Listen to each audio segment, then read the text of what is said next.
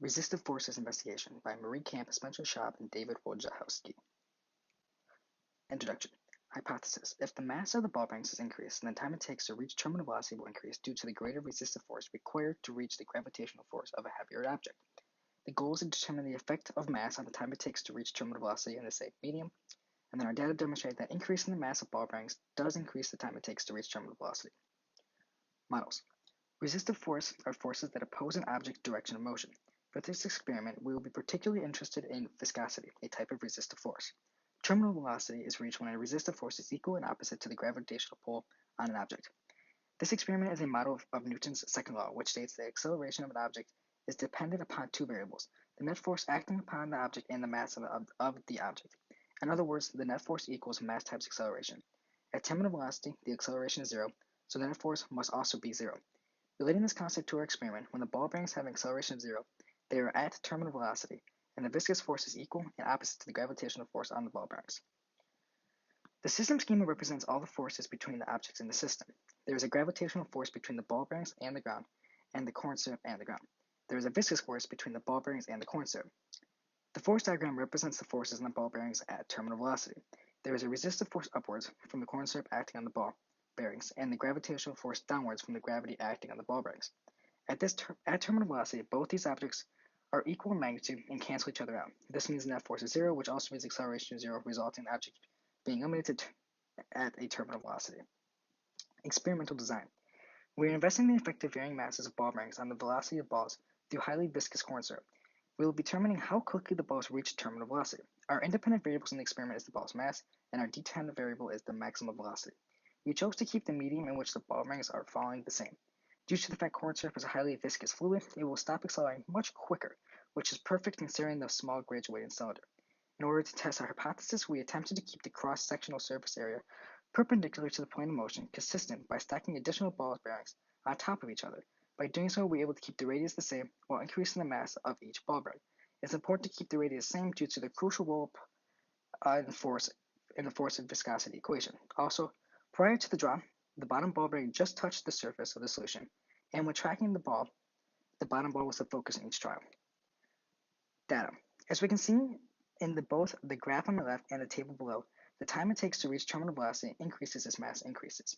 When there was only one ball bearing that sported a mass of 8.4 grams, the time to terminal velocity was 0.533 seconds. When the mass was 45 grams, the time to terminal velocity was 1.403 seconds. The graph on the right is an example of how we decided when an object reached terminal velocity. When the object began oscillating around zero, we determined the object reached its maximum velocity as seen on the graph on the right with the arrow. Including specific values for terminal velocity was not necessary as we chose to focus on the time it took to reach terminal velocity. Although specific values weren't included in the data report, they were calculated and they were highly unpredictable. While we should see a relation between mass and terminal velocity, no pattern was perceived. This could be due to the radius inconsistency, which will be elaborated on in the discussion. Our results are consistent with Newton's second law, the concept terminal velocity, and our hypothesis. As we added more ball bearings and increased the mass, the time it took to reach terminal velocity was also increased. This can be attributed to the fact objects with greater mass have greater gravitational force.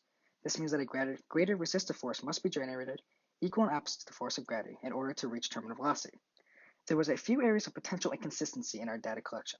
While dropping the ball bearings into the corn syrup, we intended to maintain the same radius by stacking the additional ball bearings directly on top of each other.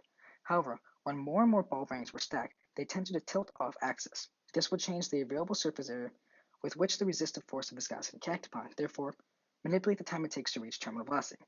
As with most real-life experiments, our results weren't demonstrative of the laws of physics with exact precision. When ball bearings were at terminal velocity, the acceleration didn't remain precisely at zero.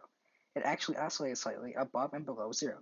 In order to measure the time it took to reach terminal velocity, we designated terminal velocity at the moment in which the acceleration graph began oscillating at zero. This may have led to slight imperfections in deciding the moment oscillation occurs, which would then alter the time. So a little more on discussion. The microscopic friction is the motion between two surface areas, while viscosity focuses on the motion between an object and a fluid. More specifically, the fluid's resistance on an object.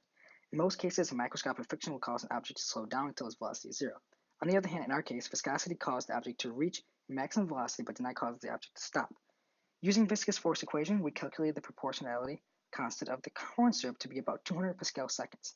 This was calculated using the average terminal velocity and viscous force in each trial and a radius of 0.006. The value seems high and may be due to the fact that we increased the mass of the ball bearings without taking into account the change of surface area of the object. This means that the value used for the radius was likely not representative of the actual radius of the falling object. To conclude, our results did support the hypothesis, which states if the mass of the ball bearings increase, then the time it takes to reach terminal velocity will also increase.